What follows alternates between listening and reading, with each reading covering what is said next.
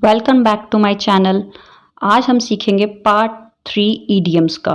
इसमें मैं आपके लेके आई हूँ वापस से 10 नई ईडियम्स जो आपको मैं आसान तरीके से सिखाऊंगी and it is all important for your exam as well as for spoken English. So let's begin. A curtain lecture. अब कर्टन लेक्चर क्या होता है? पर्दे में कौन रहता है? पर्दे में एक रूम में कर्टन में हम क्या इमेजिन कर सकते हैं? पति पत्नी की बात। तो कर्टन लेक्चर का मतलब होता है सोते समय पत्नी की डांट। अब क्या है इसका मतलब? आप समझ भी सकते हैं कर्टन लेक्चर मतलब पत्नी आपको लेक्चर दे रही है सोते समय। इसका सेंटेंस मैं आपको बता देती हूँ। His wife is in the habit of giving a curtain lecture. क्या? His wife is in the habit of giving a curtain lecture मतलब उसकी पत्नी को रात के समय सोते समय डांटना या झिड़कने की आदत है। The next one is a bird's eye view. अब बर्ड्स आई व्यू मतलब क्या होता है? चिड़िया कहाँ होती है? बर्ड्स कहाँ होती है? आकाश में होती है। आकाश में होती है तो वहाँ से वो जो व्यू देखती है ना वो बहुत प्यारा होता है। वो ऊपर से उड़ान से नीचे का व्यू देखती है। तो इसका मतलब क्या होता है? विहंगम दृष्टि या वाइड व्यू सीन, क्योंकि वो ऊपर से देख सकते हैं ना, स्काई से देखती है तो उसका वाइड व्यू सीन होता है, बहुत अच्छा होता है। तो आप इसको इस तरह से याद कर सकते हैं। बर्ड्स देखेगी तो बहुत अच्छा देखेगी, तो विहंगम दृष्टि। इसका सेंटेंस है you must have a bird eye view on all the subject before going to exam. मतलब आपको अपने हर चीज़ का बहुत अच्छा नॉलेज होना चाहिए, हर सब्जेक्ट का, आप एग्जाम में अपीयर हो उससे पहले। The next one is a left handed compliment. अब देखो राइट हैंड हम किसको बोलते हैं?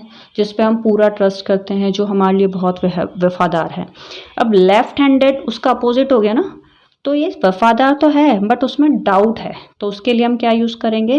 अ लेफ्ट हैंडेड कॉम्प्लीमेंट, संदिग्ध वफादारी। इसका सेंटेंस है it is cowardice to pay left handed compliment to a friend. मतलब कोवर्डिस मतलब क्या होता है? साहस का उल्टा कोवर्ड मतलब जो डरता है। मतलब ये किसी अपने दोस्त के प्रति संदिग्ध वफादारी रहना सही नहीं है। A wild goose chase. Wild goose chase तो आपने बहुत बार सुना होगा, जिसका मतलब होता है निरर्थक प्रयास या जो ऐसा चीज़ में कोशिश करना जिसका कोई हमें फ्रूट नहीं मिलता है। To pass the IAS examination without preparation is a wild goose chase. मतलब बिना एग्जाम की प्रिपेयर किए हुए आईएएस एग्जाम में बैठना निरर्थक प्रयास है, आप वो कभी कर ही नहीं सकते हो। अ storm in a tea cup. अब स्टॉर्म मतलब क्या होता है? तूफान। आपको क्या लगता है कि टी के कप में हम कभी स्ट्रॉम आ सकता है? चाय के कप में कभी तूफान आ सकता है?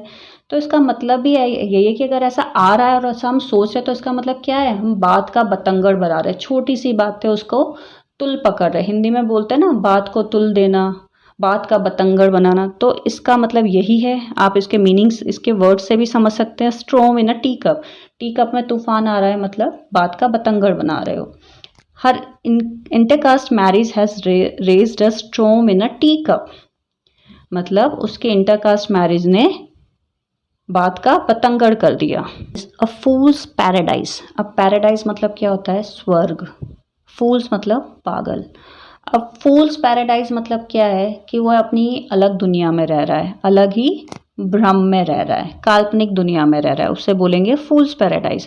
जो कि इस वर्ड से भी आप समझ सकते हो कि कोई पागल है वो स्वर्ग में रह रहा है, मतलब क्या है? उसकी काल्पनिक दृष्टि से वो रह रहा है। इसका सेंटेंस मैं आपको बता देती हूँ। Those who think they can pass RS examination without hard work are living in a fool's paradise. जो लोग ये सोचते हैं कि वो आरएस एग्जाम को बिना प्रिपरेशन के पास कर लेंगे, वो लोग अलग ही काल्पनिक खुशी में रह रहे हैं या भ्रम में रह रहे हैं। Acid test.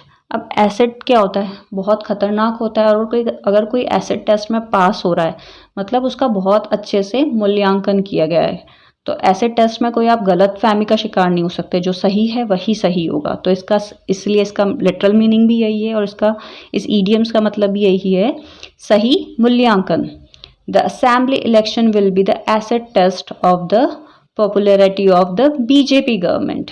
मतलब असेंबली के जो इलेक्शन होंगे उसमें बीजेपी कितनी पॉपुलर है उसका सही मूल्यांकन होगा। अबाउ बोर्ड, अबाउ बोर्ड का मतलब ईमानदार और साफ सुथरा इंसान। इसका सेंटेंस बता देती हूँ। Atal Bihari Vajpayee is above board in a politics. जो मिस्टर अटल बिहारी वाजपेयी है वो बहुत पॉलिटिक्स में बहुत ही साफ सुथरे इंसान थे। At one's back and call, one's back and call का मतलब क्या है कि जिसने, आपको इसके समझ क्या आ रहा है कि जिसने कभी कॉल किया, कभी भी कॉल किया, आप उसकी सेवा में हाजिर हो गए, तो उसके लिए यूज होता है at one's back and call, मतलब सेवा में हमेशा तत्पर रहना, one ready at one's service. ठीक है, इसका सेंटेंस है he is always at the back and call of his father. वो हमेशा अपनी पापा की सेवा करने के लिए तत्पर रहता है। The next one is a snake in the grass. अब snake in the grass मतलब क्या होता है? इससे आपको क्या समझ में आ रहा है कि जो स्नेक है वो ग्रास में छिपा हुआ है, आपको दिख नहीं रहा, तो स्नेक क्या होगा, आपको नुकसान पहुंचाने वाला होगा, और ग्रास में छिपा है मतलब आपको पता नहीं चल रहा। तो हिंदी में हम बोलते हैं ना, आस्तीन का सांप, मतलब आपका दुश्मन। तो इसका मतलब यही है, a snake in the grass मतलब आस्तीन का सांप। Manohar prove to be a snake in the grass, जो आपसे दोस्ताना व्यवहार करता है लेकिन वो आपको नुकसान पहुंचाने वाला है। तो Manohar prove to be a snake in the grass. तो आज की वीडियो में बस इतना ही। I hope you like my video and you are learning new idioms for your vocabulary and for your spoken English. Thank you. Please do like, share and subscribe my channel. See you tomorrow with new video. Thank you. Have a nice day.